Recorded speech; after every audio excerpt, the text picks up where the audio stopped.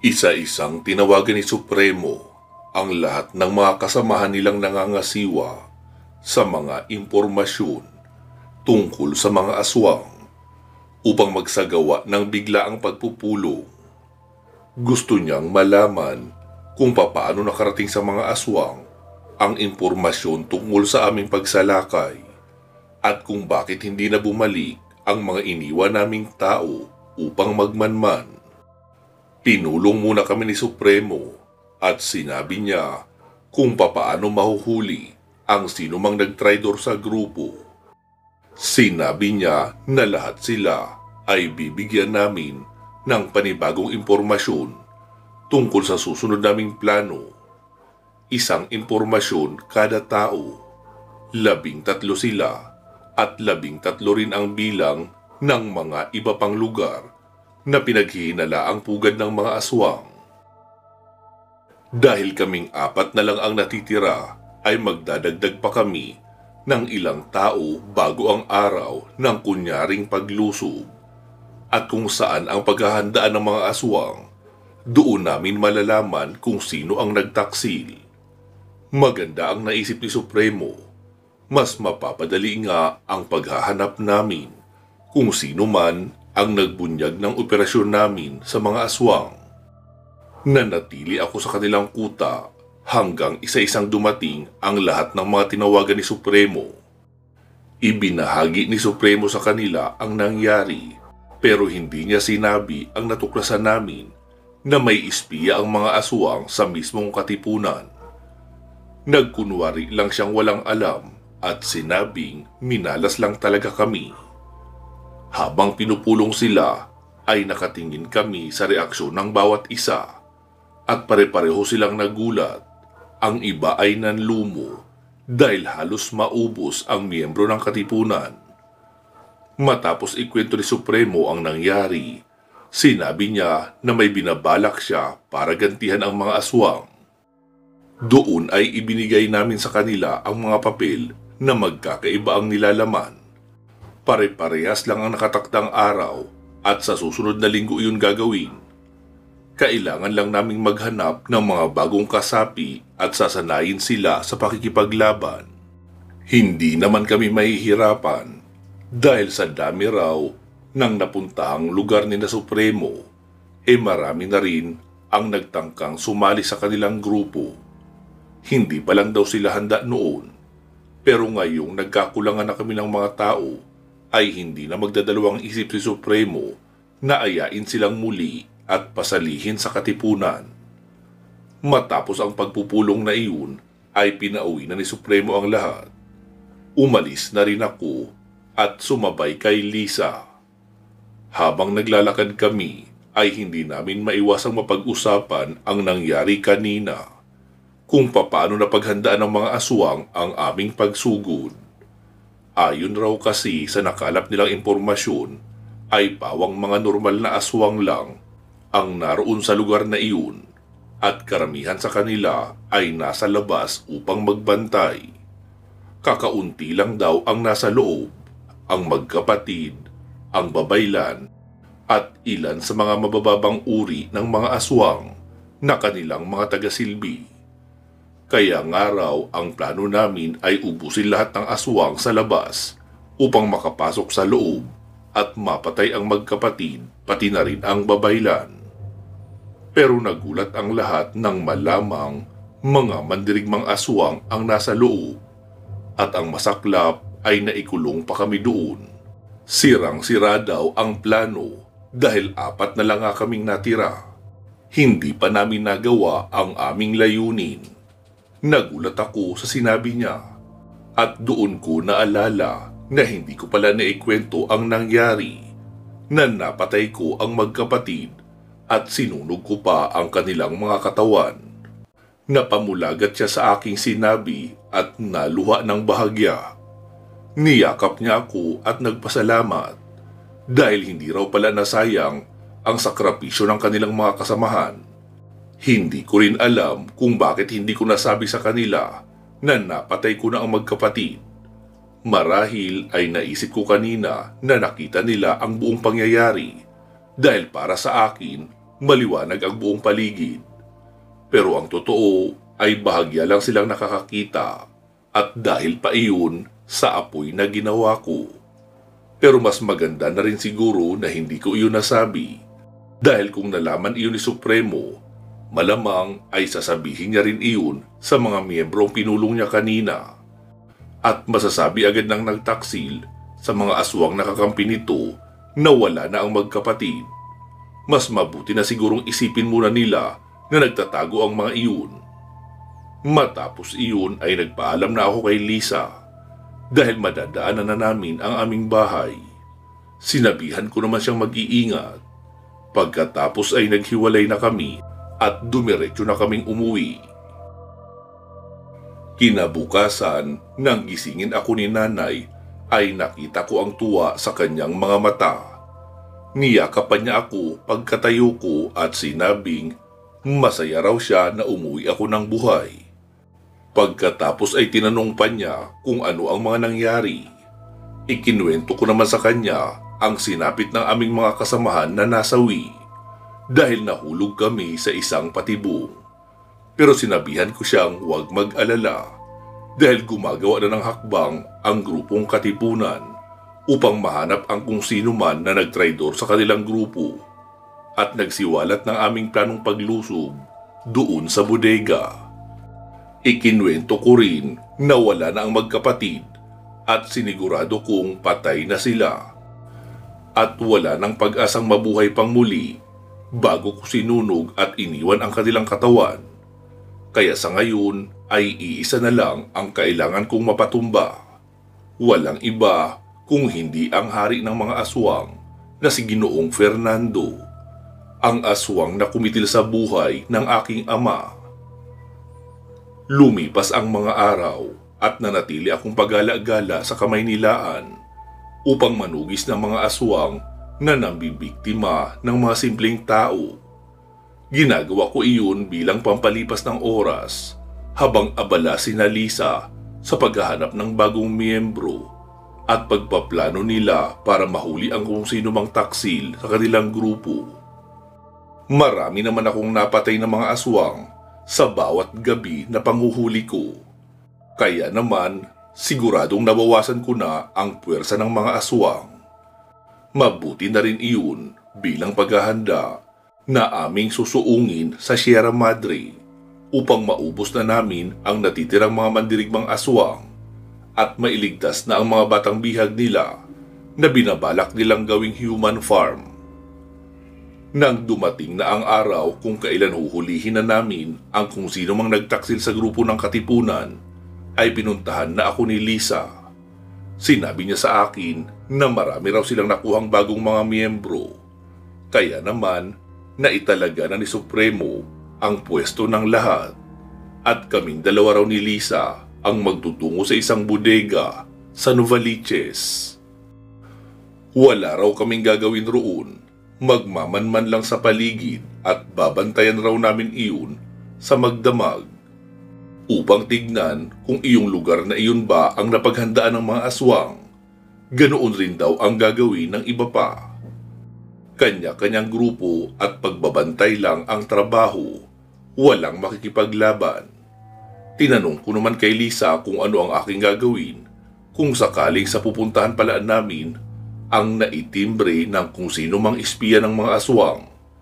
Sumagot naman siya at sinabing kailangan raw namin iyon iparating kay Supremo upang pabalikin na niya ang iba pang mga grupo sa kuta para hulihin kung kanino niya naipasa ang impormasyon ng lugar kung saan kami susugod. Umayo naman ako sa sinabi niya, pero ang tunay kong plano ay uubusin ko ang lahat ng mga aswang na naroon kung may maabutan man kami. Sa pagkakataong iyon kasi ay siguradong wala nang makakapigil sa akin bukod sa Haring Aswang. Patay na ang kanyang mga anak at hindi ko pa siya nakakalaban. Kaya naman hindi ko rin alam kung gaano siya kalakas. Kinagabihan ay agad kaming pumunta ni Lisa sa lugar na nakatoka sa amin. May motor naman siya, kaya iyon ang ginamit namin papunta. Hindi na rin kami nagtungo pa sa kuta nila upang hindi makahalata ang espiya na iba-iba kami ng lugar na pupuntahan. Nang malapit na kami sa lugar ay inihinto na ni Lisa ang motor at naglakad na lang kami patungo sa lugar na nakasaad. Pagkababa ko pa lang ng motorsiklo ay ramdam ko na agad ang nag-uumapaw na maitim na enerhiya at iisa lang ang pinanggagalingang lugar. Ang bodegang pupuntahan namin. Sinabi ko kaagad kay Lisa na malakas ang kutob kong dito sa Novaliches ang lugar na pinaghandaan ng mga aswang dahil nararamdaman kong napakarami nila dito. Noong una ay pinagdudahan niya pa ako dahil kutob ko lang iyon. Tinanong pa niya kung gaano ako kasiguradong doon nga sa lugar na iyon ang pinaghandaan ng mga kalaban. Sinabi ko sa kanya na pinakiramdaman ko na ang buong paligid at ramdam kong nag-uumapaw iyon sa masamang enerhiya. Ipinaliwanag ko rin sa kanya na matagal ko nang ginagawa ang paghahanap ng maitim na enerhiya. Iyon rin ang dahilan kung bakit ko siya natagpuan noong kinalaban niya ang dalawang aswang noong gabing magkakilala kaming dalawa. Naniwala naman siya sa akin pero hindi raw namin maaring sabihin kay Supremo na ang espiya ay ang taong binigyan niya ng impormasyon tungkol sa pagsugod sa lugar na ito.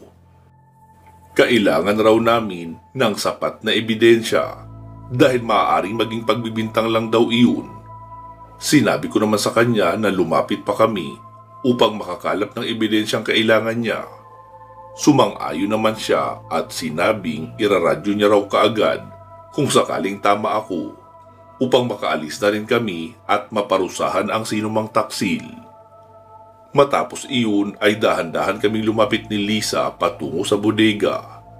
Sinabihan ko siyang maghintay habang paakyat ako sa pader upang silipin. At nang makita ko ang kabilang bahagi ay puno nga iyon ng mga aswang. Sininyasan ko kaagad si Lisa at agad na rin siyang nagradyo patungo kay Supremo. Pagkatapos ay tinawag na niya ako upang makaalis na kami. Pero sinabi ko sa kanya na hindi ako aalis hanggat hindi ko nauubos ang mga aswang sa lugar na iyon. Sinabihan ko na rin siya na maaari na siyang mauna upang hindi siya mapahamak. Napakamot na lang ng ulo niya si Lisa at impit na napasigaw ng katagang, "Ano?" Kitang-kita sa kanyang mukha ang pagkadismaya pero hinayaan ko lang siya at ibinaling ko ang aking atensyon sa mga aswang. Hindi ko na pinansin si Lisa at hindi na rin ako nagsayang pa ng panahon. Inilabas ko na ang Magicus Metallum at ginawa iyong pana. Agad akong umasinta at pinagpapana ang mga aswang na nakikita ko.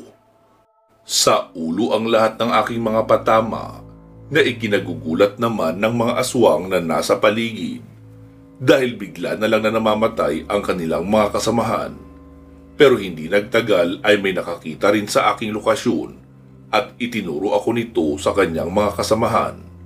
Sabay-sabay na silang tumalon patungo sa akin at binilisan ko naman ang pagpana. At nang may makalapit sa akin ay inilabas ko na ang paborito kong sandata, ang espada. Bumaba na rin ako sa kabilang bahagi dahil kung mananatili ako sa itaas ay maaring makita rin nila si Lisa at siya naman ang kanilang atakihin. Alam kong mahihirapan ako kapag nagkataon dahil mahirap makipaglaban sa ganoong mga nilalang habang meron ka rin pinoprotektahan, lalo na't marami sila at dalawa lang kami. Kagaya ng mga nakalaban ko sa Sampaloc, mga mandirigmang aswang rin ang naririto. Alam kong lahat sila ay sanay sa pakikipaglaban at may sari-sariling mga taktika, pero hindi ako nagpatalo sa kanila. Lahat ng mga nagtatangkang lumapit sa akin ay namamatay sa pamamagitan ng aking espada. At alam na nila iyon, kaya naman nagdadalawang isip na silang lumapit. Napako naman ako sa aking kinakatayuan habang hinihintay kong sumugod sila sa akin. Ayoko kasi na ako ang nauuna dahil maaari nilang makontra ang aking mga galaw. Napakarami pa naman nila At isang pagkakamali ko lang ay maaring maging kapalit na ang aking buhay. Pero imbis na isa-isa silang lumapit sa akin kagaya kanina, bigla silang nagdesisyon na magsabay-sabay. Kaya wala na akong nagawa kundi tumalon.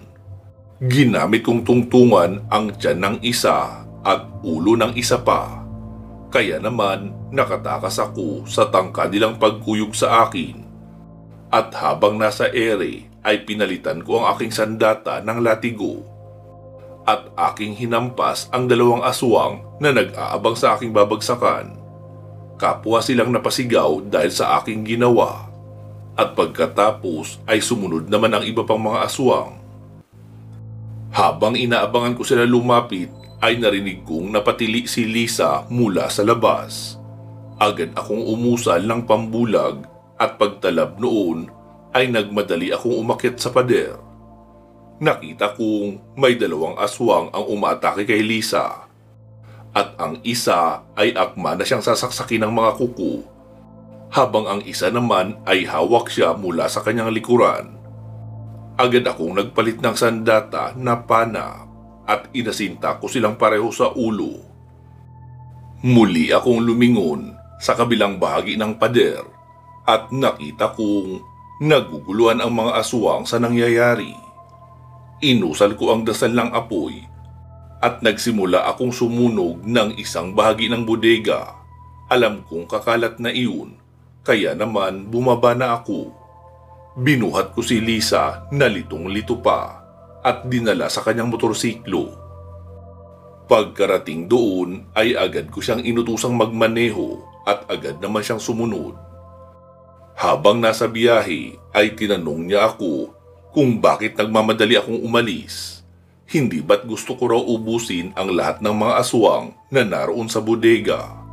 Sumagot naman ako at sinabing mas importante ang kanyang kaligtasan kaysa sa layunin kong ubusin ang mga aswang. Hindi na siya nagsalita pa at dumiretso na kami patungo sa kanilang kuta. Pagkarating roon ay sinalubong kami ni Supremo.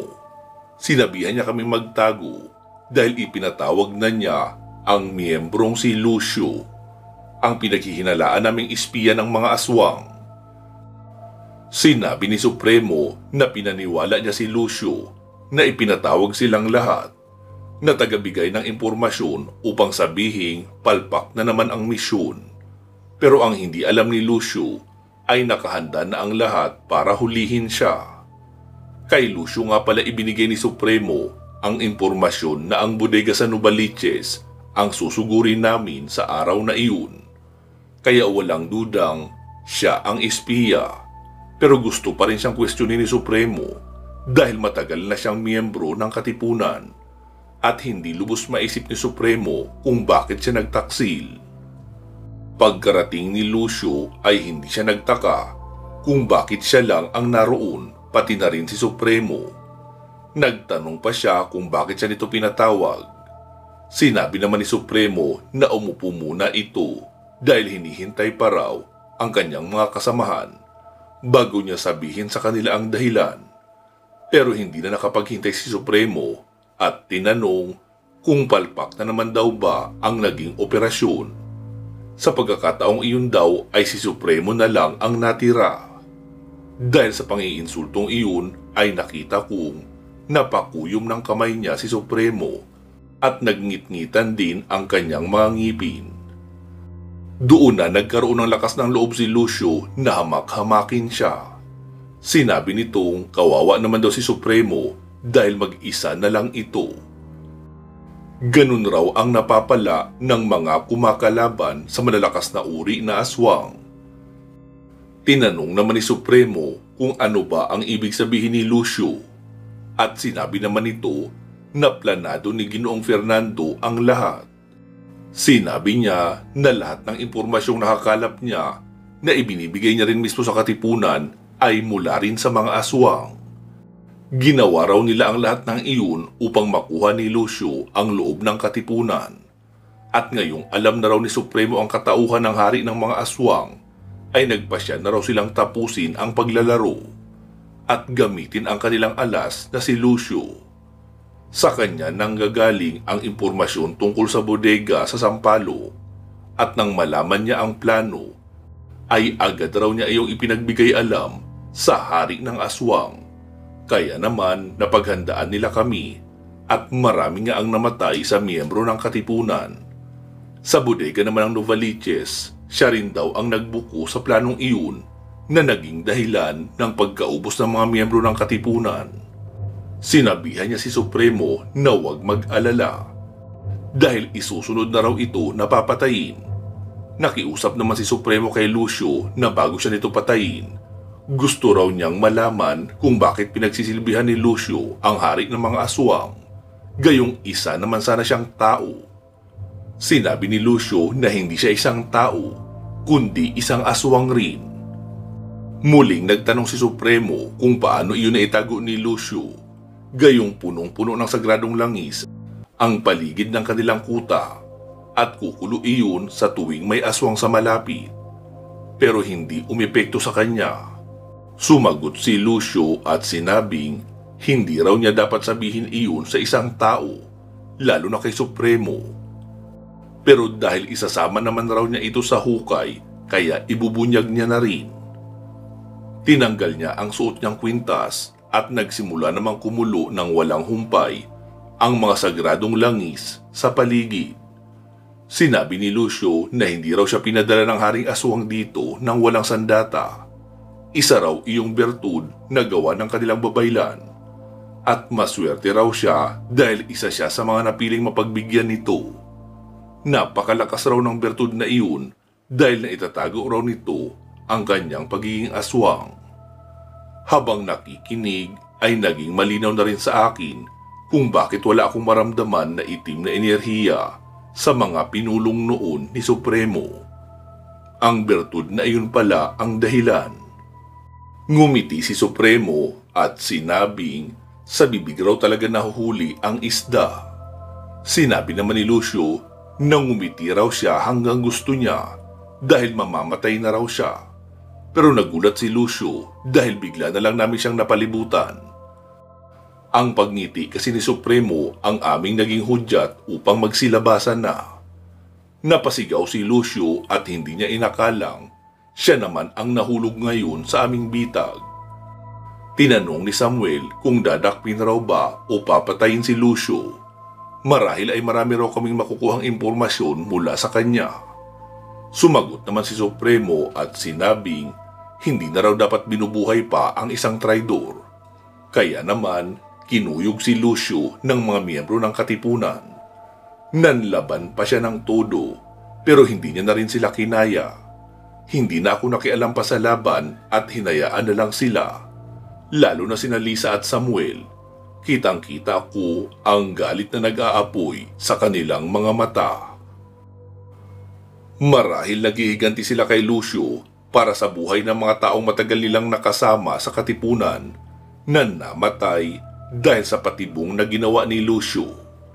Nagmakaawa pa si Lucio pero hindi na siya pinakinggan ng mga ito hanggang sa mawala na siya ng buhay at nakamit na rin ni Lisa ang paghihiganti para sa kanilang mga kasamahan. Matapos iyon ay sinunog na nila ang katawan ni Lucio at nagpasya si Supremo na magpalit na kami ng kuta. Marahil daw ay alam na ng mga aswang ang tungkol dito, kaya mapanganib raw kung magtatagal pa kami roon. Agad namang ipinaligpit ni Supremo ang kanilang mga gamit, pagkatapos ay ipinasakay na iyon sa kanilang truck. Tinanong naman siya ni Samuel kung saan sila lilipat ng kuta. Sinabi naman ni Supremo na sa Quiapo raw at may nakahanda na siyang bagong pagkukutaan nila roon. Hinihintay lang daw niya na mahuli ang kung sino mang taksil upang maging malinis ang kanilang paglipat. Dahil sa sinabi ni Supremo ay muling napatanong si Samuel. Paano raw kung may iba pang espiya bukod kay Lucio? Sinabi naman ni Supremo na nakakasiguro siyang si Lucio lang ang espiya. Dahil nakita naman daw namin na walang ibang nag-ulat na pinaghandaan ng mga aswang na pupuntahan nilang lugar. At kung higit pa raw sa isa ang espiya, siguradong bulilyaso raw ang aming plano ngayong gabi. dahil magtataka sila kung bakit magkakaibang impormasyon ang natanggap nila. Napaisip si Samuel sa sinabi ni Supremo at makalipas ang ilang sandali ay sumunod na lang din ito. Tutulong pa sana ako sa pagliligpit, ngunit pinigilan na ako ni Supremo. Sinabi niyang hayaan ko na lang daw iyon sa kanila at umuwi na ako para makapagpahinga. Sinabi ko namang hindi ako aalis hanggat hindi sila nakakalipat ng lugar. Baka kasi sugurin sila bigla ng mga aswang rito at hindi nila kakayanin iyon kung wala ako. Nagtaka naman siya sa sinabi ko at napangiti sa akin si Lisa. Nag-isip na lang ako ng palusot at sinabi na baka may kasamang mga aswang na pumunta rito si Lucio at maaaring sumugod ang mga iyon anumang sandali. Sinabi naman ni Supremo na wag akong mag-alala dahil kaya naman nilang lumaban. Pero kung ayaw ko pa raw umuwi, pwede naman daw akong manatili. Pero hayaan ko raw ang mga lalaki na magbuhat. Pagkatapos ay pinuntahan ko si Lisa at tinanong niya kung ano raw ba ang naiisip ko kanina at sinabi ko iyon. Sinabi ko na baka lumusob dito ang mga aswang sa Novaliches dahil hindi ko naman sila naubos kanina. Sinabi naman ni Lisa na wag ko nang babanggitin ulit iyon dahil siya ang mapapagalitan kapag nalaman ni Supremo ang ginawa ko kanina. Nangako naman akong mananahimik na lang. Ako talaga ang matigas ang ulo. Pero dahil hindi naman ako miyembro ng katipunan, ay tsak na si Lisa ang sisisihin ni Supremo dahil hindi niya ako napigilang sugurin ang mga aswang kanina.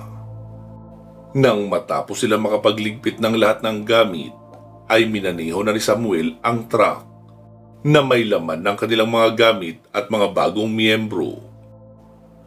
Si Supremo din ay sinakyan na ang kanyang jeep at nagsakay din ng iba.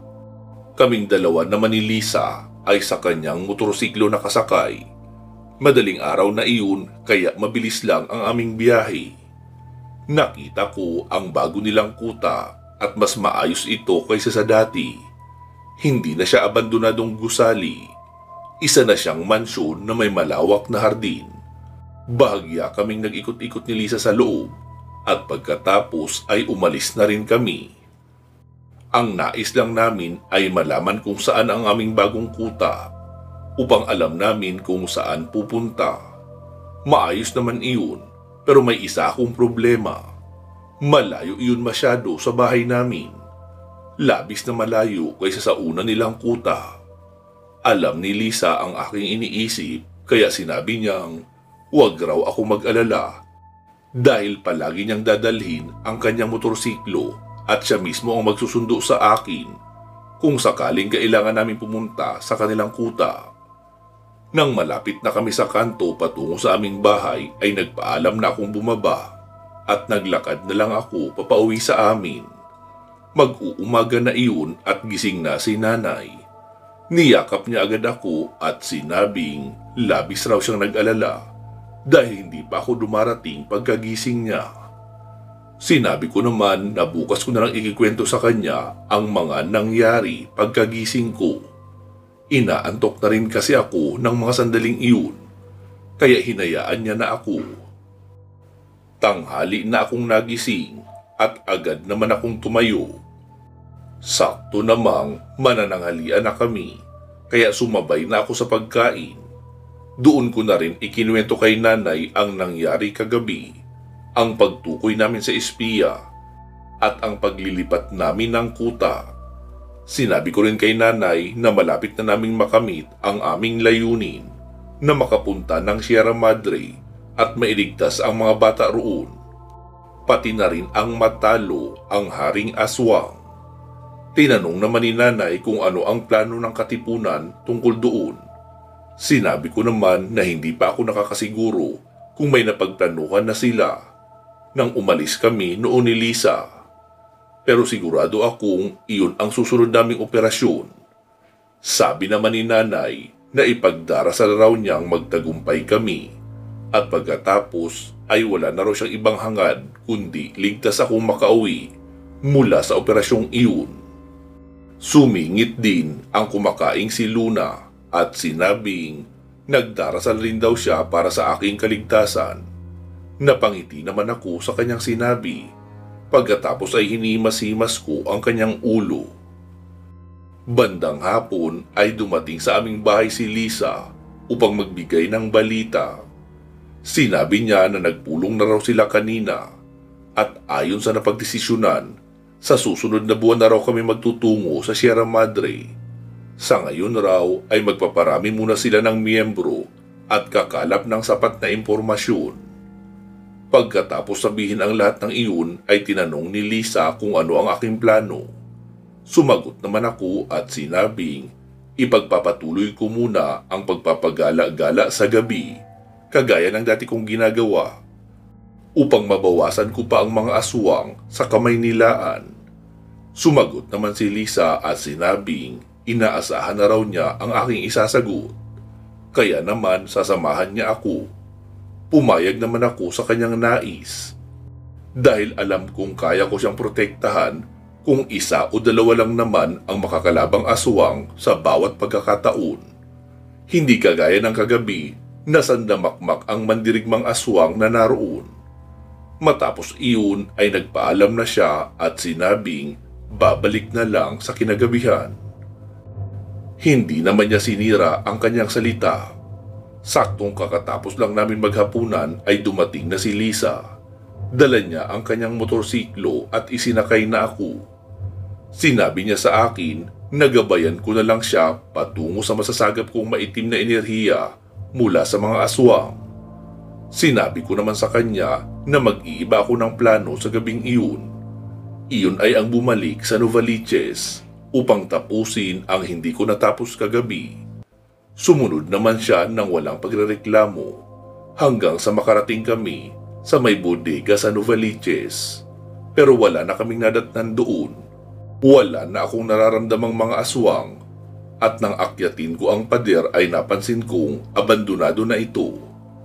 Marahil alam na ng mga aswang na babalik ako sa lugar na ito, kaya naman inabandona na nila kaagad. Umalis na lang kami ni Lisa sa lugar na iyon at nag-ikot-ikot na lang kami upang humanap ng mga aswang. Dahil may gamit kaming motorsiklo ay mabilis kaming nakakaresponde sa tuwing nakakaramdam ako ng maitim na enerhiya mula sa mga aswang. Sa loob ng isang buwan ay naging maganda ang tambalan namin ni Lisa. Marami kaming buhay na nailigtas at mga aswang na napatay. May mga insidente rin na nahuhuli namin ang mga aswang habang dumudukot ng batang kalye upang dalhin ang mga iyon sa iba nilang bodega upang ipunin para ipadala sa Sierra Madre.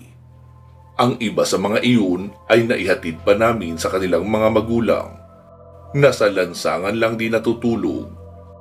At ang mga walang magulang naman ay doon namin dinadala sa bagong kuta upang hindi sila magpagala-gala pa. Hindi naman tutol doon si Supremo dahil napakalawak ng bagong kuta at ligtas doon ang mga bata. Hanggang sa dumating na nga ang araw na pinakahihintay namin, ang pagsalakay sa Sierra Madre. Nagpulong muna kami noon at itinalaga ni Supremo ang gagawin ng bawat isa. Tungkol naman sa mga bata ay iniuwi ko muna sila sa bahay namin. Ipinakiusap ko na rin sila kay nanay at sinabi kong panandalian lang naman iyon habang sinasalakay namin ang kuta ng mga aswang sa Sierra Madre. Sinabihan na lang din ako ni nanay na mag-ingat at umuwi ng buo. Pinangako kong ni Galos ay hindi ako mag-uuwi. Tanging ang mga batang maililigtas ko lang ang iuuwi ko. Matapos ang pagpupulong ay handa na ang lahat. Hindi na namin ginamit ang motorsiklo ni Lisa. Kasama ang iba, sumakay na rin kami sa truck. Balit 2 truck ang sinakyan namin at punong-puno iyon ng mga miyembro ng katipunan. Kitang-kita ko ang pagkasabik sa kanilang mga mukha. Lalo na iyong mga ngayon palang lalaban sa mga aswang. Sa bagay, lahat naman sila ay ngayon lang sa sabak. Kaming 2 lang naman ni Lisa ang nagpapatrolya ng 1 buwan habang nagsasanay pa ang bagong mga miyembro. May mga nagyayabang pa at sinasabing may nakaharap na raw siyang aswang dati at lahat daw ng aswang na makakaharap niya sa Sierra Madre ay itutulad niya sa aswang na iyon. Nagpanting ang tenga ko sa aking narinig at agad kong tinignan ang nagsasalita. Nang makita ko siya, naalala kong kasama siya sa mga pumatay kay Lucio. Magsasalita sana ako, ngunit pinigilan ako ni Lisa. Binulungan niya ako at sinabing hayaan ko na lang daw na mabuo ang kanilang mga kumpiyansa sa sarili. Tiyak na kinakabahan na raw ang mga iyon, kaya sila gumagawa ng paraan upang palakasin ang loob ng isa't isa. Muli naman ako napatingin sa mukha ng lalaki kanina. Nakita kong tensyonado nga siya at iba ang kanyang kinikilos sa kanyang mga sinasabi. Dahil nababagot na ako sa mga kasama ko sa likod ng truck, ay umidlip na muna ako. Ginising na lang ako ni Lisa noong makarating na kami sa Sierra Madre. Ang sabi niya, hindi na raw aabot ang sasakyan, kaya kinakailangan na naming lumakad patungo sa pinakaloob-looban ng gubat. Pagkababa ko ng truck, ay naramdaman ko na kaagad ang itim na enerhiya na nasa loob ng kabundukan. Malayo-layo pa ayun mula sa kinatatayuan namin. Naglabas ng mapa si Supremo, pero sinabi ko sa kanya na hindi na namin iyon kailangan. Sundan na lang nila ako at dadalhin ko sila sa kuta ng mga aswang. Nagkatinginan pa silang lahat, lalo na yung mga baguhan na hindi nakakakilala sa akin. Pero may tiwala sa akin si Supremo, kaya naman sinabihan niya akong manguna. Nasa 3 oras kaming naglalakad, pero ramdam kong hindi pa kami nangangalahati sa aming pupuntahan. May mga nagrereklamo na nga, dahil baka raw inililigaw ko lang sila, pero tahimik sila Supremo at Samuel, hanggang sa matagpuan na namin ang isang malawak na lote. Napapaligiran iyon ng barbed wire, pero pinasok pa rin namin. Sinabihan ko na silang maging alerto dahil nararamdaman ko ang mga aswang sa paligid, at habang nagmamasid ay ipinagdarasal ko sa medalyon ang kakayahang makakita sa dilim, at hindi naman ako nito binigo. Nakita kong maraming ang aswang sa paligid, kaya ang ginawa ko ay ginawa ko ng pana ang Magicus Metallum at pinagpapana ang bawat makita kong aswang. Nagulat sila sa nasaksihan at may mga napapatanong pa nga kung saan raw galing ang aking pana at mga palaso. Hindi rin nagtagal ay napansin na rin kami ng mga aswang, kaya naman nagpaputok na ng mga baril ang iilan sa mga kasama namin, habang ang iba naman ay patuloy na sumusugod. Nanatili akong pumapana sa aking pwesto hanggang sa maubos namin ang unang bugso ng mga aswang. Habang lumalalim kami, ay dumarami ang napapatumba naming mga kalaban. Dumarami na rin ang mga kasamahan namin na hindi makakalaban. Pero nagtitiwala lang kami na kaya namin. Hanggang sa may namataan akong isang aswang sa hindi kalayuan, na malayong malayo ang itsura niya sa mga aswang na nakalaban ko. Kakulay ito ng magkapatid na si Sandro at Sandra, pero naiiba pa rin talaga ang itsura niya. Pinana ko siya. Sinalo niya lang ito gamit ang kanyang kamay. Kaya naman nagpalit ako ng sandatang latigo at nilapitan siya para hagupitin. Pero hindi iyon umiepekto sa kanya. Wala siyang nararamdamang init, hindi katulad ni Sandra. Kaya naman espada na lang ang ginamit ko dahil tiyak tatalab iyon sa kanya. Marahil ay kilala na niya ako dahil sinabi niyang gagawin niya rin daw sa akin kung ano ang ginawa niya sa aking ama. Tinanong ko naman siya kung kagaya ba iyon ng ginawa ko rin sa 2 niyang anak. At nang marinig niya iyon, ay bigla siyang nawala sa sarili. Dahil doon ay nasugatan ko siya sa patuloy kong pag-atake. Dahil nasira na ang kanyang depensa, gawa ng hindi makontrol na galit. Pero hindi na iyon naulit pa dahil nag-ingat na siya noong mga sumunod na atake ko. Marami pa akong alas.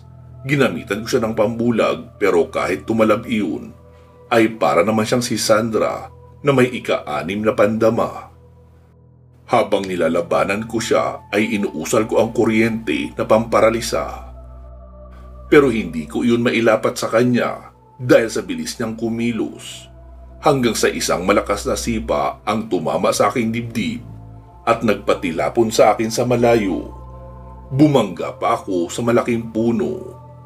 Narinig kong napasigaw sina Supremo at Lisa dahil nakita pala nila iyon, pero sumenyas akong huwag silang lalapit dahil sa antas ng kakayahan noong pinunong aswang ay siguradong kaya silang patayin nang hindi nila namamalayan kung ano ang ginawa sa kanila.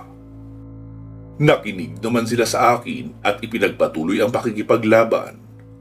Kahit papaano ay napapansin kong hindi masyadong marami ang mandirigmang mga aswang sa lugar na iyon. Marahil ang karamihan sa mga mandirigmang aswang ay iyong mga pinag-abang sa amin sa Sampalo na naubos ko rin namang pagpapatayin. Kaya kahit papaano tiwala ako na magagawa pang makatagal sa laban nila Supremo, lalo at nagdidikit-dikit naman ang mga kasama naming baguhan at nagtutulungan. Dahan-dahan akong bumangon at dumura. Ramdam kong may malansa sa laway ko. Sa tingin ko ay may kasama iyong dugo. Pinilit ko ring dumahak dahil tila may bumabara sa aking lalamunan. At noong idura ko iyon ay namumuong dugo at laway. Doon ko napag-isip-isip na hindi talaga basta-basta ang atake ng pinunong aswang. Kung wala lang siguro akong suot na medalyon, baka nadurog na ako sa sipang iyon. Muli akong nag-usal ng orasyon at hiniling sa medalyon na bigyan ako ng karagdagang lakas at bilis na maaari kong ipantapat sa pinunong aswang. Walang silbi ang tibay ng katawan kung wala naman akong maibibigay na pinsala sa kalaban ko. Muli kong ginawang pana ang Magicus Metallum. Sabi naman ng harap kong aswang, "Ginawa mo na yan kanina! Hindi tumalab, di ba? Ngayon uulitin mo lang din. Mas mabuti pa pala ang iyong ama. Consistent siya sa laban. Hindi katulad mo na kung ano-ano lang ang naiisip." Sabi ko naman, "Pagbabayarin kita sa ginawa mo sa tatay ko, kahit sa anong paraang gusto ko." Di sige, choice mo yan eh." Sagot naman noon. Kaya agad na akong pumana ng 3 beses na magkakasunod. At sa bawat bitaw ko ng palaso, ay 3 ang lumalabas. Mas may gigil na rin ang pagkakahila ko ng string, kaya mas mabilis ang bulusok ng mga palasong iyon. Pero hindi pa nga iyon nakakarating sa aswang, ay agad ko nang pinagbagong anyo ang Magicus Metallum at ginawang espada. Sabay gamit ng pambihirang bilis at agad tumakbo patungo sa kanya. Nakita kong pinagsasalo niya lang ang mga palaso at may ibang tinatapik niya. Pero may 2 hindi niya naiwasan. Tumarak ang isa sa balikat niya, ang isa naman ay sa tiyan. Napangiti lang siya at tumingin sa direksyon na kinatayuan ko. Pero tila nagulat siya noong pagkatingin niya roon ay wala na ako roon. Kaya mabilis nagpalingalinga ang kanyang mga mata. Nagulat na lang siya noong makitang naroon na ako sa tagiliran niya sa ilalim na bahagi. Mula roon sa ibaba ay tinusok ko ang espada paitaas. Nakailag ang kanyang katawan pero tinamaan ang braso.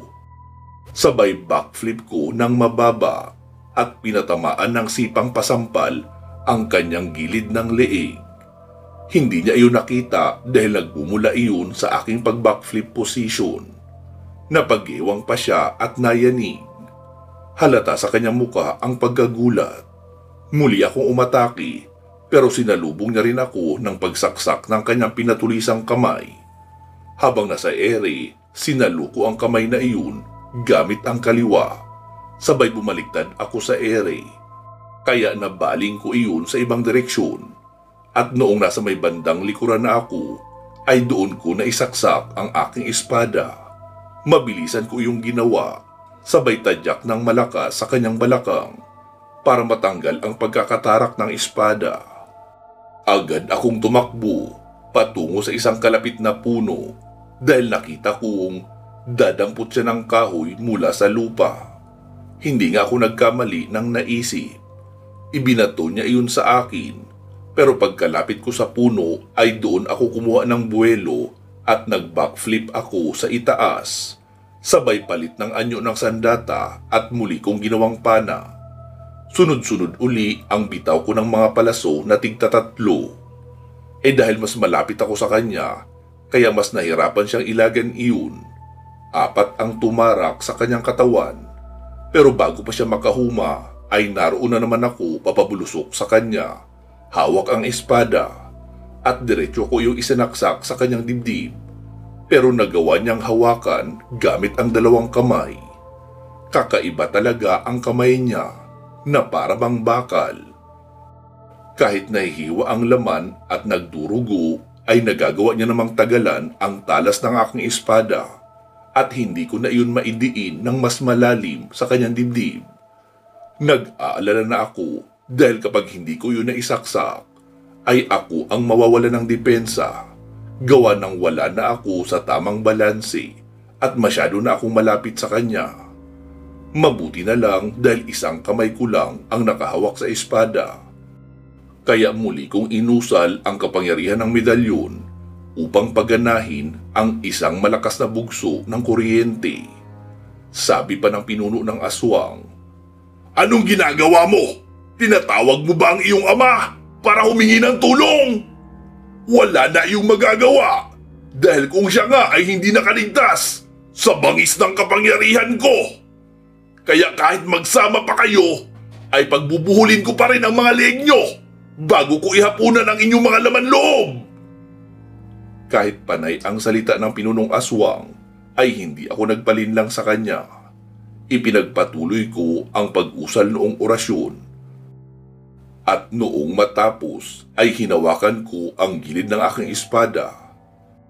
Doon ko na nakita ang pagguhit ng kulay puti at asul na kuryente. Gumapang iyon patungo sa pinunong aswang. Biglan nanlaki ang kanyang mga mata at nakita kong unti-unting umiitim ang kanyang mga balat na tila nasusunog sa apoy.